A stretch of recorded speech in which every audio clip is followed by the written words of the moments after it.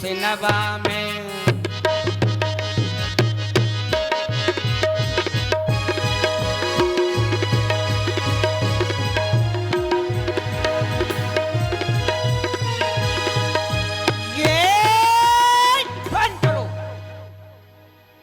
हल्ला गुल्ला बंद करो। महाराजा ध्राज, राजाधिराज मथुरा नरेश महाराज कंस का पट खुल गया है। प्रजापालक शत्रु घालक काल के अवतार हो। आज महाराज आपकी इस जग में जय जयकार हो। आज शुभ दिन हो हमारा, सफल ये दरबार हो। हम तुच्छ दासों की आपके चरणों में वंदना स्वीकार हो। बल तेज भी घटाया सुरपत सुरेश का, बल तेज भी घटाया सुरपत सुरेश का। कायम हमेशा राज्य रहे मथुरा नरेश का, कायम हमेशा राज्य रहे मथुरा नरेश।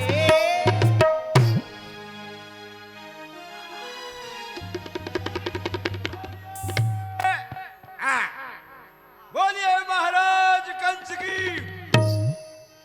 मेरी माताओं, मेरी बहनों, मेरे बड़े बूढ़े हो, मैं आपका बच्चा हूं, तुम मेरी सब औलाद हो। हंसवे की बात नहीं, गहराई की है। और हमारे सामने महाराज की जय नहीं बोली तो हम बताएं किससे मारेंगे? ना हम मारेंगे शस्त्र से मारेंगे, ना अस्त्र से मारेंगे, तुम्हें अपनी तिरछी अदाओं से मारेंगे। तो इसलिए आप जय बोलना है। बोलिए महाराज कंस की। हमको लगता है सभी कंस के वंश के हैं।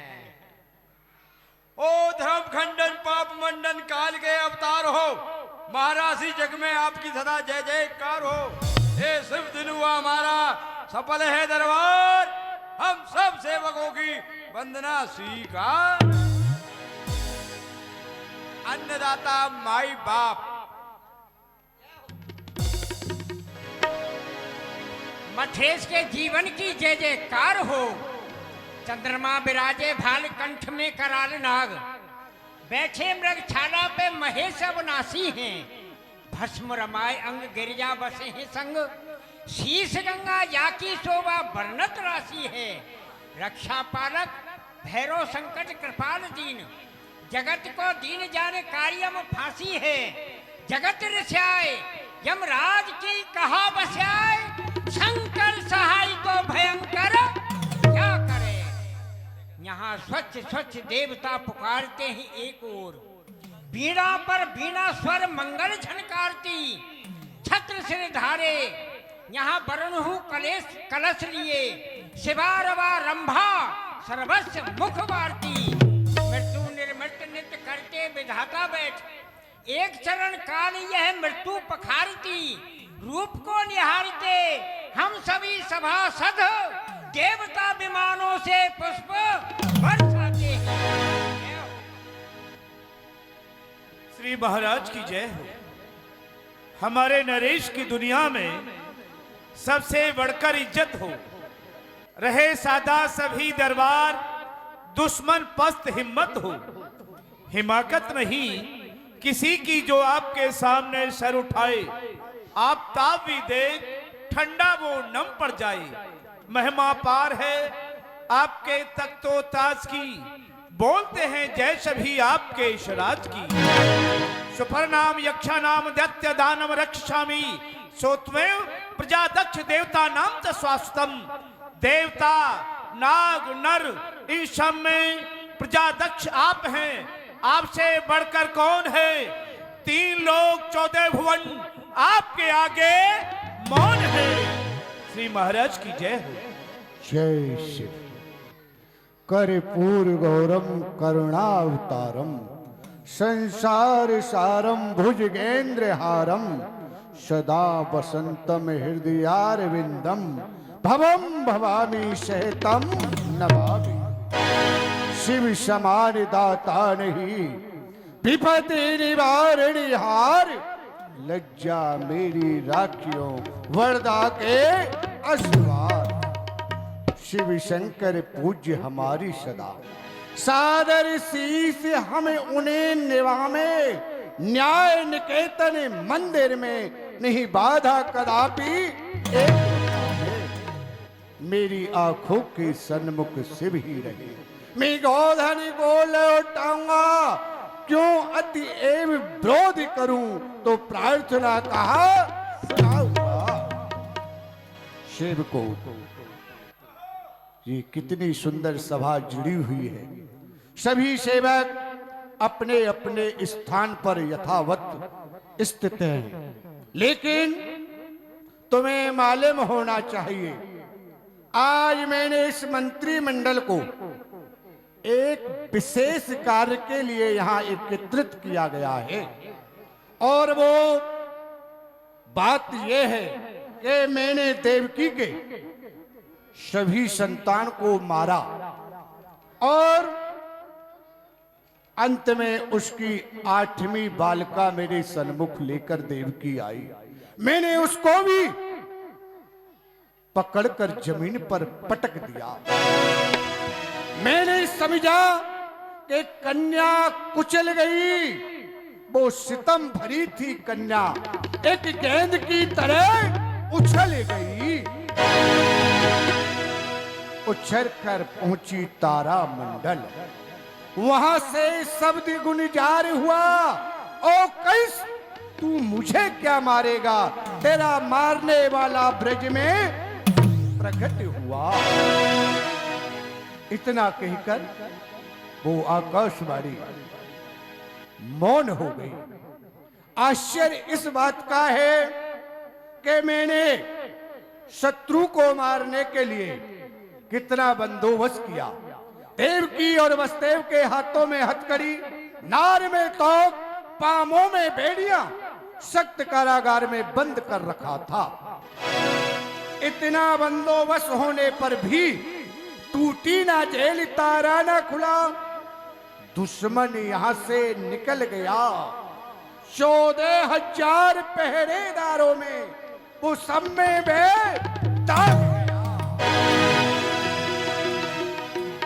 इतनी व्यवस्था होने पर भी हमारा दुश्मन हमारी जेल से कब निकल गया और निकलकर ब्रज में पहुंच गया। ब्रज कोई साधारण जगह नहीं है कि हम उसका पता लगा लें। कहां हुआ, किसके यहां हुआ, कौन मुझे बतलाएगा। कैसे खोजबीन हो उसकी, कौन मुझे समझाएगा। आज इस मंत्रिमंडल के मध्य में मंत्रणा के रूप में सभी मंत्रियों से ये उचित परामर्श चाहता हूं कि मेरे दुश्मन का आखिर पता कैसे लगे, किस गांव में और किसके यहां पैदा हुआ है। महाराज के जीवन की जय जयकार हो। कहो। हे अन्नदाता, आपका प्रश्न उत्तम है और हम देख रहे हैं कि विशेष सभा यहां लगी है जिसमें मंत्री, उप मंत्री, प्रधानमंत्री और मुख्यमंत्री सभी उपस्थित हैं। किंतु प्रश्न क्या है कि आपका शत्रु कल उसने जन्म लिया और ये विचारणीय बात है कि वो किस प्रकार से मारा जाएगा। जब वो बचपन में नहीं मारा गया तो बड़ा होके तो भारी पड़ जाएगा। इसलिए समस्त मंत्रिमंडल से मैं आग्रह करूंगा कि अपना अपना मत प्रकट करें। आइए महासचिव आप आए।